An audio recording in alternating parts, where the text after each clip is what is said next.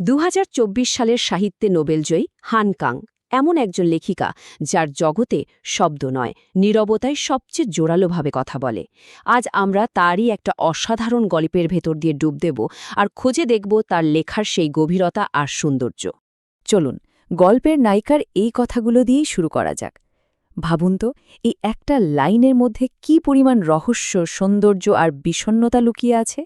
মানে, কি এমন হলে একজন মানুষ শুধু বাতাস, রোদ আর জল দিয়ে বেঁচে থাকার স্বপ্ন দেখে? এই প্রশ্নটা নিয়ে কিন্তু আমাদের আজকের এই পথ চলা। হ্যাঁ, ঠিক এই প্রশ্নটাই। একজন নারী কেন গাছে পরিণত হতে চাইবে? প্রশ্নটা যতটা অদ্ভুত ততটাই গভীর, আর এটাই আমাদের আজকের আলোচনার একেবারে কেন্দ্রে থাকছে। তো চলুন এর উত্তর খোঁজার চেষ্টা করা যাক। গল্পটা আমরা দেখছি তার স্বামীর দৃষ্টিকোণ থেকে। তিনি একদমই বুঝতে পারছেন না তার স্ত্রীর সাথে এসব কি হচ্ছে। তিনি বিভ্রান্ত, হতবাক। তো শুরুটা হলো কিভাবে? একদিন সকালে স্বামী হুট করে খেয়াল করলেন স্ত্রীর শরীরে, বিশেষ করে পিঠ আর পেটে, সদ্যজাত শিশুর মুঠোর মতো বড় বড় কালশিটে দাগ। কিন্তু মজার ব্যাপার হলো সে কোথাও কোনো আঘাত পায়নি। আর সবচেয়ে অদ্ভুত ব্যাপার, ওই দাগগুলোতে কোনো ব্যথাই ছিল না। এরপর পরিস্থিতি আরও যেন জটিল হতে থাকল। স্ত্রী আস্তে আস্তে খাওয়া দাওয়া প্রায় ছেড়েই দিল।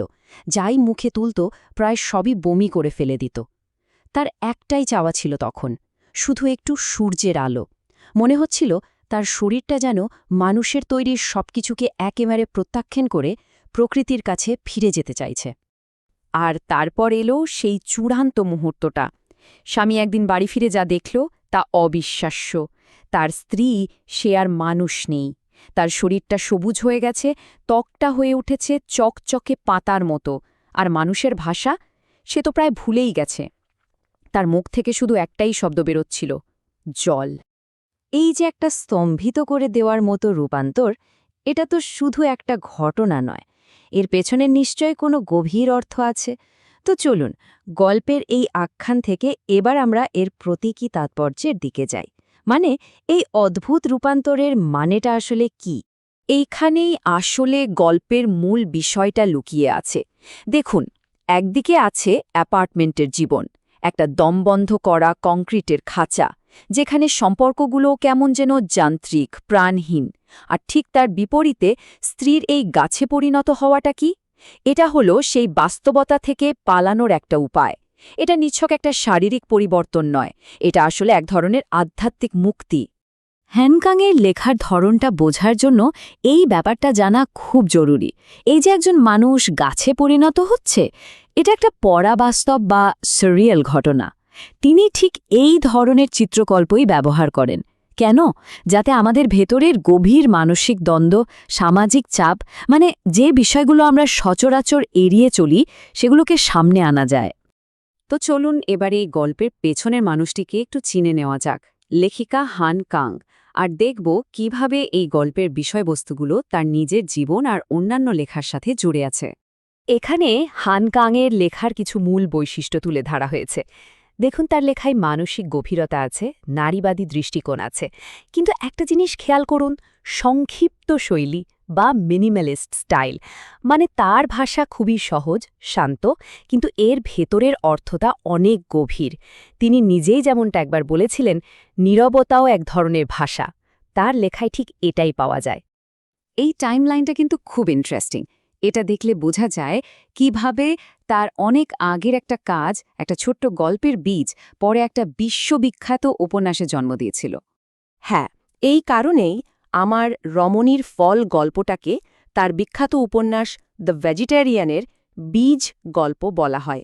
কারণ দুটো লেখার একেবারে কেন্দ্রে একই থিম, সমাজের চাপ থেকে মুক্তি পাওয়ার জন্য একজন নারীর নিজের শরীরকেই বদলে ফেলার চেষ্টা। আমার রমণীর ফল ছিল সেই ভাবনারই প্রথম প্রকাশ, সেই বীজটা যা থেকে পরে দ্য ভেজিটেরিয়ানের মতো একটা বড় গাছ জন্মায়। তো এই অসাধারণ লেখনী শক্তি তাকে ধীরে ধীরে দক্ষিণ কোরিয়ার গণ্ডি ছাড়িয়ে পৌঁছে দিয়েছে বিশ্ব সাহিত্যের দরবারে। চলুন সেই যাত্রাটা একবার দেখি। তার এই বিশ্বজোড়া খ্যাতি কিন্তু একদিনে আসেনি। শুরুটা হয়েছিল দক্ষিণ কোরিয়ার বড় সাহিত্য পুরস্কার ইস্যাং লিটারারি অ্যাওয়ার্ড দিয়ে। এরপর 2016-এ দ্য ভেজিটেরিয়ানের জন্য পেলেন ম্যান বুকার ইন্টারন্যাশনাল প্রাইজ, যা তাকে বিশ্বজুড়ে পরিচিতি এনে দেয়, আর তারপর সাহিত্য জগতের সর্বোচ্চ সম্মান নোবেল পুরস্কার। আর সেই সর্বোচ্চ সম্মানটা এলো ঠিক এই বছর 2024-এ। নোবেল কমিটি তাকে এই সম্মাননা দেওয়ার কারণ হিসেবে বলেছে তার নিবিড় কাব্যিক গদ্য, যা ঐতিহাসিক ট্রমা আর মানুষের ভঙ্গুরতাকে অন্বেষণ করে। এই কথাগুলোই কিন্তু হান কাংয়ের লেখার মূল শক্তি।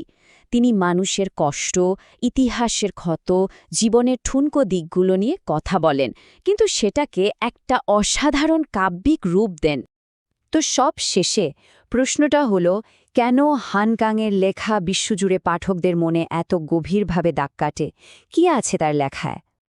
এই বিষয়গুলোই হলো তার লেখার একেবারে কেন্দ্রবিন্দু। সহিংসতা আর মানবতা, নিজের শরীর আর পরিচয়, স্মৃতি আর যন্ত্রণা, আর সবচেয়ে বড় কথা হলো যোগাযোগের মাধ্যম হিসেবে নীরবতা। তিনি দেখান কিভাবে চরম কষ্টের মধ্যেও মানবতা বেঁচে থাকে, কিভাবে আমাদের শরীরটাই প্রতিবাদের ভাষা হয়ে ওঠে, আর কিভাবে সবচেয়ে জরুরি কথাগুলো প্রায়ই কোনো শব্দ ছাড়াই বলা হয়ে যায়।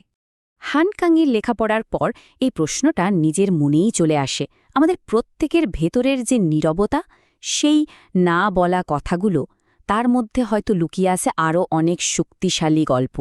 এই ভাবনাটা না হয় ভাবার জন্য তোলা রইল।